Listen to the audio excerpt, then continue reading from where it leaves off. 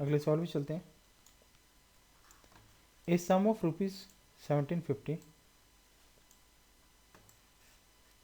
is divided into two parts such that the interest on the first part at 8% simple interest per annum and that on the other part 6% simple interest per annum are equal. The interest on each part in rupees is 60, 65, 70, 40। ठीक है, तो यहाँ पे देखिए question क्या कह रहा है, एक अमाउंट है 1750, इसको दो हिस्सों में बांट दिया गया। मीन्स कैसे होता है, अभी हमें कुछ सैलरी में अगर 1750 अचानक से ज़्यादा मिल गया तो हम सोचते हैं कि इसको कहीं इन्वेस्ट कर देते हैं, है ना।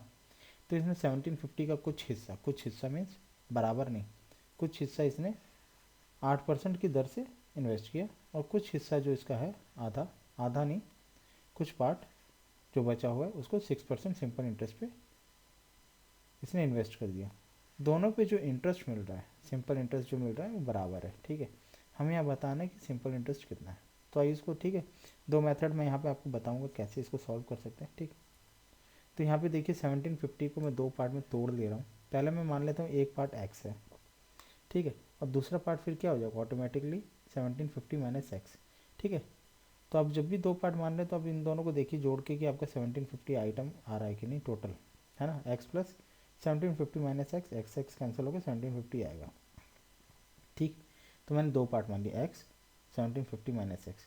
यहाँ पे क्या कह रहा है, सिंपल इंटरेस्ट जो 8% पे मिल रहा है और 6% में मिल रहा है एक पार्ट पे, दोनों बराबर हैं। ठीक है, तो हम दोनों का सिंपल इंटरेस्ट निकाल लेते हैं। एक में प्रिंसिपल हमारा एक्स हो गया और एक में प्रिंसिपल अमाउंट जो इन्वेस्ट किया हमने 1750 माइनस एक्स। तो दोनों SI1 बराबर SI2। एक पार्ट के SI मतलब एक्स एक पार्ट है और ये एक पार्ट है, 1750 माइनस एक्स सेकेंड पार्ट मान लेते हैं।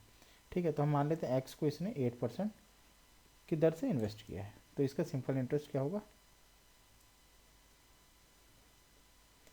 सिंपल इंटरेस्ट का आपको पता ही formula, principal rate into time अपन। तो यहाँ प्रिंसिपल हमें बताया गया है, बताया नहीं गया, हमने एज्यूम किया एक्स है, रेट 8% है, टाइम एक ईयर की बात हो रही पर एनम पे। ठीक है, पर एनम पे इसका इंटरेस्ट बराबर हो जाता है।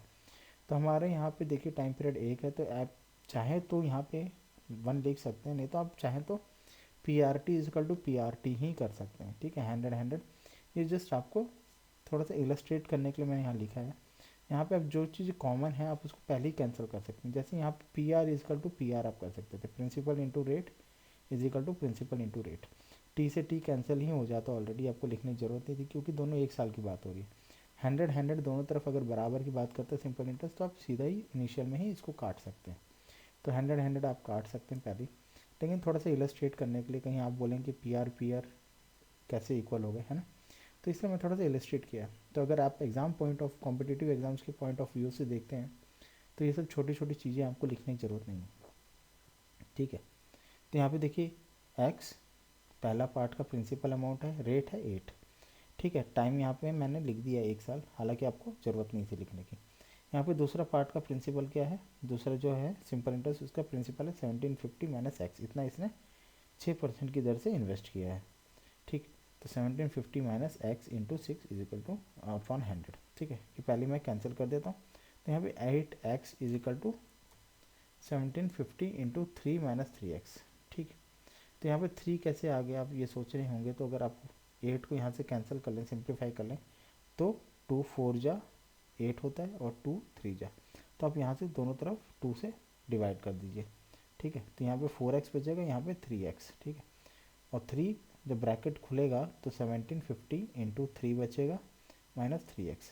अब ये माइनस 3x इस तरफ चला जाएगा तो आपका बचेगा 7x। ठीक है, 4x और ये माइनस 3x दूसरी तरफ जाएगा तो plus 3x, 7x is equal to 750 into 3।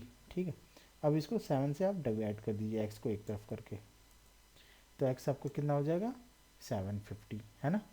तो x आपका हो गया 750। हमसे यहाँ पे पूछ रहा है कि इंटरेस्ट कितना मिला ईच पार्ट पे। ठीक है, इंटरेस्ट निकालने के लिए अभी हमारे पास x आ गया, मीन्स एक पार्ट आ गया है, तो आप एक पार्ट में वैल्यू डाल के देख सकते हैं। Simple interest is equal to PRT upon 100, principal amount हमें पता चल गया। ठीक है, तो हमें रेट पता ही है, टाइम भी पता है, एक साल का रेट। एक्स की जगह आप 750 को डालेंगे तो आपका वैल्यू आएगी जो ठीक है। 750 ऐसा इज इक्वल टू PRT/100, ठीक है। सिर्फ एक इक्वेशन आप ले सकते हैं, ठीक है। आप ये वाली इक्वेशन को भी लेके कर सकते हैं, ठीक है। 1750 माइनस एक्स करके लिए लॉन्ग टर्म क्यों जाना है, आपको तो सिंपल इंटरेस्ट पता करना है। तो यहाँ पे हमें एक पहले पार्ट का प्रिंसिपल अमाउंट पता चल गया। तो 750 इंटू रेट हमारे पहले केस में 8 है, इंटू 1 साल की बात हमने की है, पर एनम का इंटरेस्ट है 8% अपॉन 100, ठीक है।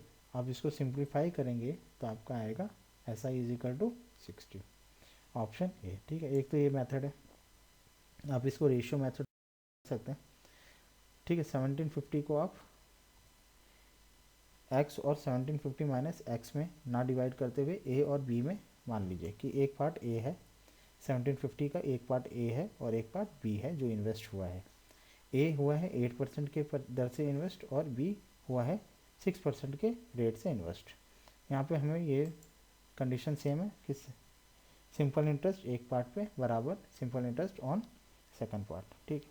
बस हम x इंटू एक्स और 1750 माइनस एक्स की जगह a और b वेरिएबल्स को यूज़ कर रहे हैं। तो यहाँ पे आपको पता है PRT/100 जो कि हमने प्रीवियस सोल्यूशन में देख ही लिया है, जो मतलब हमने दूसरे सोल्यूशन दिया था। तो सिंपल इंटरेस्ट का PRT/100 इजकल टू PRT/100 है। इसमें प्रिंसिपल और रेट दोनों का डिफरेंस है, टाइम पीरियड सेम है, तो आप उसको कैंसिल कर सकते हैं पहले, ठीक है। हालांकि मैंने आपको बता रखा है कि 1 और 100 लिखने की जरूरत नहीं, दोनों कॉमन है दोनों तरफ, तो आप पहले ही इसको एलिमिनेट कर सकते हैं। तो 8a is equal to 6b। तो अगर हम दोनों तरफ सिंप्लीफाई करें 4a is equal to 3b और इसको रेशियो में कन्वर्ट करें a अपॉन b में, तो a इज टू बी आएगा आपका 3:4, ठीक है।